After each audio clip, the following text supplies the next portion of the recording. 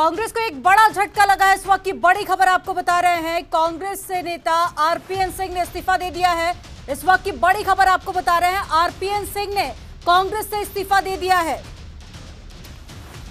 और सूत्रों के हवाले से जानकारी यह भी मिल रही है कि आज बीजेपी का दामन थाम सकते हैं दोपहर 3 बजे आरपीएन सिंह। तो कांग्रेस को एक बड़ा झटका लगा है। ज्योतिरादित्य सिंधिया और उसके बाद जितेंद्र और अब आरपीएन सिंह ने भी कांग्रेस का दामन छोड़ दिया है और अब जल्द ही बीजेपी में शामिल हो सकते हैं।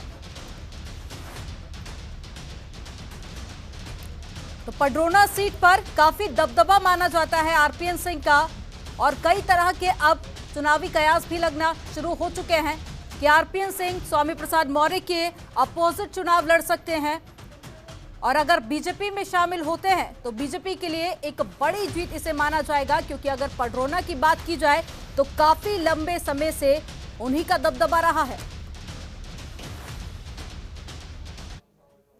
तो विधानसभा चुनाव से पहले एक बड़ा झटका कांग्रेस को लगा है। पूर्व केंद्रीय मंत्री और पूर्व सांसद करीब 4 दशक से राजनीति में काफी ज्यादा सक्रिय हैं और 3 बार विधायक और साथ ही 1 बार सांसद भी रह चुके हैं। तो यूपीए में 2 बार गृह राज्य मंत्री रहे हैं और यूपी के कुशीनगर जिले के रहने वाले हैं आरपीएन सिंह। झारखंड में कांग्रेस के प्रभारी भी रह चुके हैं। तो यूपी यूथ कांग्रेस के अध्यक्ष भी आरपी सिंह रह चुके हैं, काफी ज्यादा राजनीति में सक्रिय रहे हैं।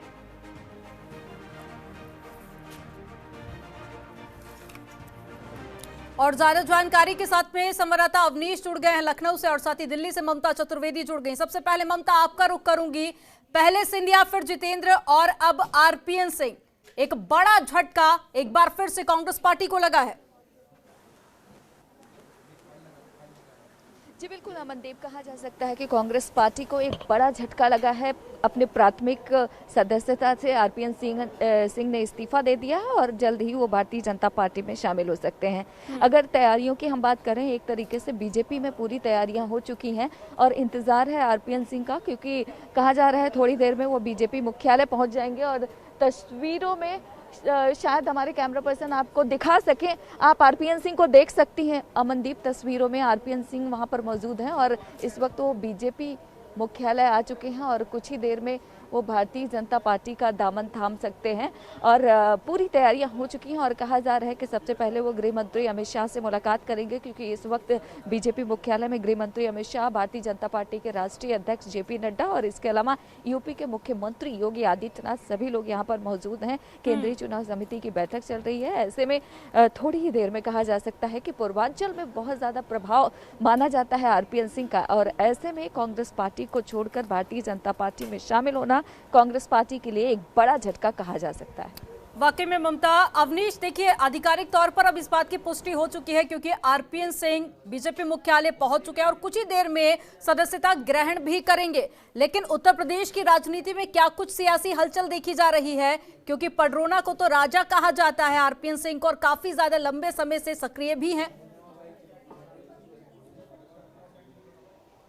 जी बिल्कुल, देखिए करीब उनकी राजनीति बहुत लंबी है और कांग्रेस से ही उन्होंने राजनीति की है। 3 बार विधायक रहे हैं, 1 बार सांसद रहे हैं, उसके बाद केंद्र सरकार में वो मंत्री भी रह चुके हैं। तो एक अच्छा प्रभाव है उनका, खासतौर पर अगर देखा जाए तो पूर्वांचल में अच्छा खासा प्रभाव रखते हैं आरपीएन सिंह। और साफ तौर पर देखा जाए कि कुशीनगर हो या देवरिया हो या गोरखपुर हो, उस क्षेत्रों में भी इनका अच्छा प्रभाव है। तो साफ है कि कहीं न कहीं स्वामी प्रसाद मौर्य को कड़ी टक्कर देने के लिए आरपीएन सिंह का होना बहुत जरूरी था और उसी आरपीएन सिंह को भारतीय जनता पार्टी के खेमे में लाने में भाजपा सफल हुई है। और आज सफलता के लिए उनका ज्वाइनिंग जब होगी तो ज्वाइनिंग के दौरान वो भी अपना पक्ष रखेंगे। लेकिन आज जिस तरीके से उन्होंने अपना ट्वीट किया है कि आज जब देश गणराज्य दिवस मना रहा है, तो साफ है कि आज उन्होंने नई राजनीतिक पारी भी शुरू की है और पत्र के दौरान भी उन्होंने भी यही कुछ कहा है सोनिया गांधी से।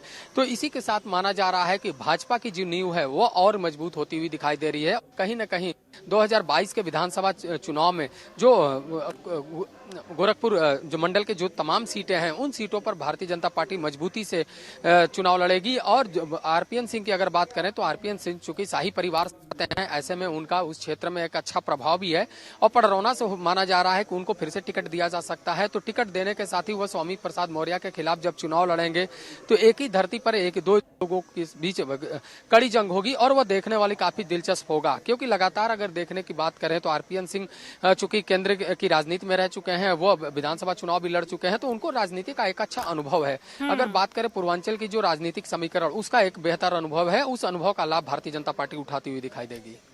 ठीक है ममता, आप इस वक्त बीजेपी मुख्यालय के बाहर में ही मौजूद है। इससे पहले आपने तस्वीरें भी दिखाई कि आरपी सिंह पहुंच चुके हैं। क्या कोई और भी दिग्गज नेता इस वक्त आपको मुख्यालय के बाहर देख पा रही हैं आप उन्हें, या क्या हलचल वहां पर है? और 3 बजे का जो समय निर्धारित किया गया था, क्या 3 बजे तक सदस्यता ग्रहण कर सकते हैं? क्या ज्यादा जानकारी है? जी बिल्कुल, देखिए अमनदीप, 2:30 बजे का एक मैसेज आया है कि एक eminent personality Bharatiya Janata party में शामिल होने वाला है। तो ऐसे में यही कयास लगाया जा रहा है, वो एमिनेंट पर्सनालिटी कोई और नहीं बल्कि पूर्वांचल के बड़े नेता आरपी सिंह हो सकते हैं।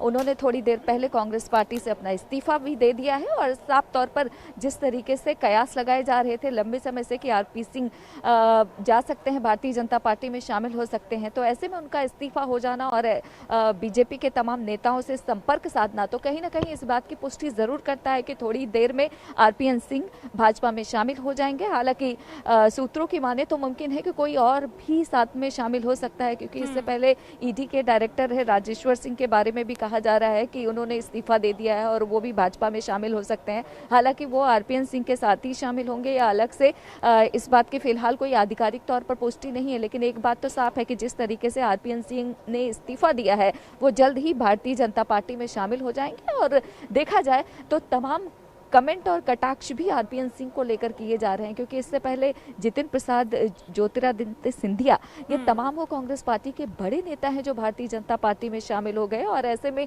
जब सुप्रिया सीनेट से ये पूछा गया कि अब तो आरपीएन सिंह ने भी इस्तीफा दे दिया, तो ऐसे में उन्होंने कहा कि वो एक कायर हैं और यही वजह है कि जब कांग्रेस पार्टी के लिए समय फिलहाल विपरीत है तो ऐसे में कांग्रेस पार्टी को छोड़कर चले गए। जब कांग्रेस सत्ता में थी तो उनको केंद्र में मंत्री भी बनाया था और तमाम जिम्मेदारियों को भी आरपीएन सिंह को दिया था, लेकिन खराब समय में छोड़कर चले गए। ऐसे में कायर की उपाधि कांग्रेस पार्टी की तरफ से आरपीएन सिंह को दिया गया है। हालांकि आप सभी लोग इंतजार कर रहे हैं, थोड़ी देर में आरपीएन सिंह भारतीय जनता पार्टी में शामिल हो जाएंगे। ठीक है ममता।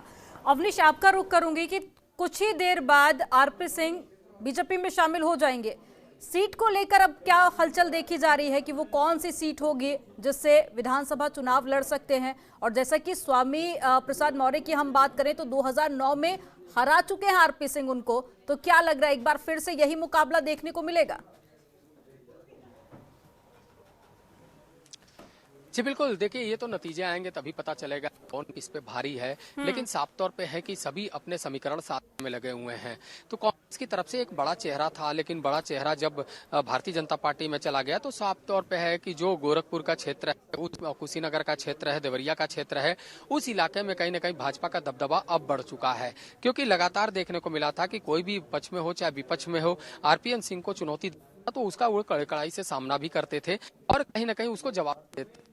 और उनका जनाधार था, उस जनाधार की बदौलत उनकी जो राजनीति है वो लंबे समय से चली आ रही थी और शाही परिवार का भी अच्छा प्रभाव देखने को मिल रहा था।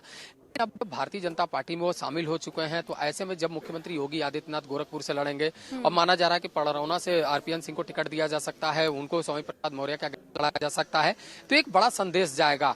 क्योंकि बड़ी ताकतें जब एक जगह होती हैं तो स्वाभाविक है कहीं न कहीं जो विधानसभा सीटें हैं उसको वो प्रभावित करती हैं। ऐसे में कांग्रेस के लिए बड़ा झटका है, क्योंकि कांग्रेस की कुछ सीटें उस क्षेत्र से निकलती रही हैं। ऐसे में आरपीएन सिंह जब भारतीय जनता पार्टी में जाते हैं तो एक बड़ा झटका कांग्रेस के लिए है, क्योंकि आरपीएन सिंह को सिर्फ उत्तर प्रदेश ही नहीं कई और जगहों पे जिम्मेदारी दी गई है। कई राज्यों के प्रभारी भी वो रह चुके हैं, इस समय भी कई जगह का दायित्व है। अभी जो पहले चरण का चुनाव होना था उसमें जो स्टार प्रचारकों की सूची आई थी उसमें भी आरपीएन सिंह का नाम था। तो ऐसे में जब आरपीएन सिंह ऐसे मौके पे जब भारतीय जनता पार्टी का दामन थाम जाएंगे तो स्वाभाविक सी बात है कि कांग्रेस कहीं न कहीं सदमे में है और वो अपनी तरफ से बयान जारी करेगी। लेकिन साफ है कि इसका पूरा लाभ भारतीय जनता पार्टी लेना सकती है। और 2022 के विधानसभा वाकई चुनाव में के दौरान अवनीश, देखने को मिला था कि भारतीय जनता पार्टी कांग्रेस की छोड़कर भी 3 स्थिति मंत्री अलग गए, अच्छी नहीं है। 32 साल से सत्ता से दूर है और ऐसे में एक दिग्गज नेता का छोड़कर चले जाना वाकई में कई सारे सवाल पार्टी पर भी खड़े करता है और एक बड़ा झटका कांग्रेस के लिए भी इसे माना जा रहा है। पर अब ये देखना बेहद दिलचस्प होगा कि बीजेपी को इसका कितना फायदा होता है। तमाम जानकारी साझा करने के लिए बहुत शुक्रिया अवनीश आपका। और ममता, आप बने रहिएगा, आगे आपसे अपडेट लेंगे। खबरों के निष्पक्ष विश्लेषण के लिए सब्सक्राइब करें Janatantra TV and press the bell icon. Never miss any update.